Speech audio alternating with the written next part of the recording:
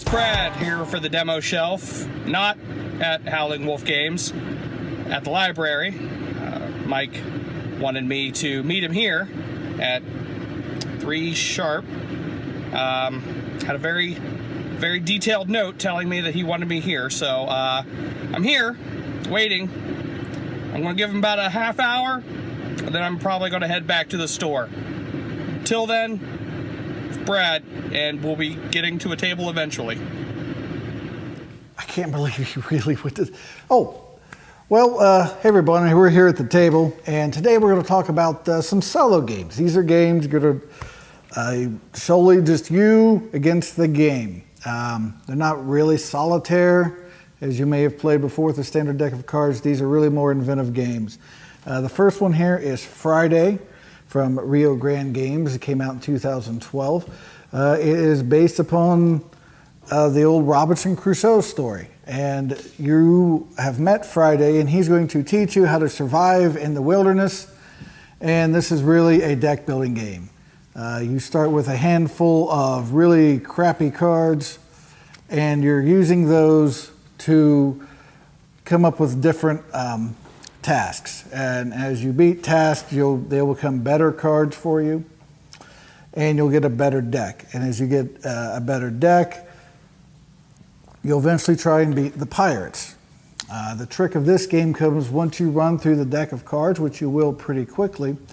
You'll grab a card over here, which is an aging card, which is a bad card, usually a 0 or a -2 to your power, which will make it harder for you to beat, whether it be the animals or pirates as you get through. This is a challenging game. You will die most times, as most solo games are. Very challenging, but it is fun. So this is Friday. The newest solo games that I've picked up is 11Gs for 1 from Eagle Griffin Games. Came out 2016.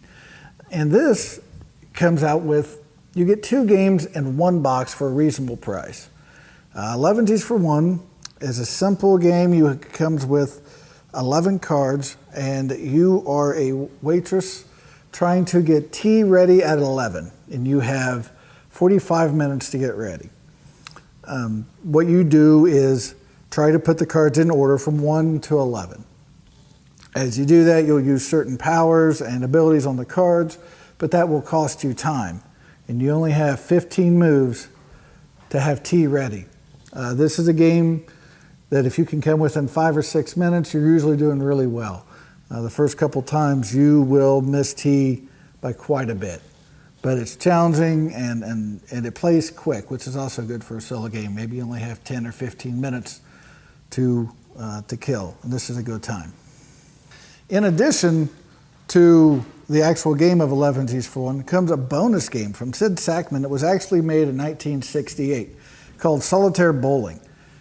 In this, you have a small deck of cards numbered 1 through 9, and you use these cards to knock out your pins. This is considered 1 ball, all 3 cards. So you can use and match up the 4 to the 4 and take that pin out, and you also use just some basic math to take out different cards. So as you play through, use all these cards, you can use whatever's left to try and get a spare and knock out this whole set of pins.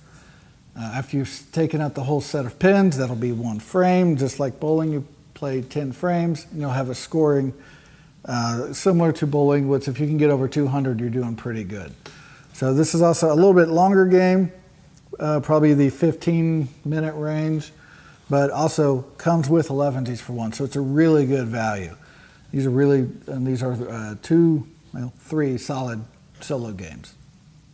So that's a couple solo games you can play when you're at the house by yourself, or if you're at the library by yourself, or if you just need to entertain yourself for a little while. They're good solo games, whether it be a deck builder. And what are you doing? What are you doing? Are you filming right now? No. Well, what's all this? I'm setting up for what we're doing later. So this isn't us boxing up another episode? No, this is not where I would box up this episode. And this is not where I would tell people to like, subscribe, and comment on what games we would review if we were filming.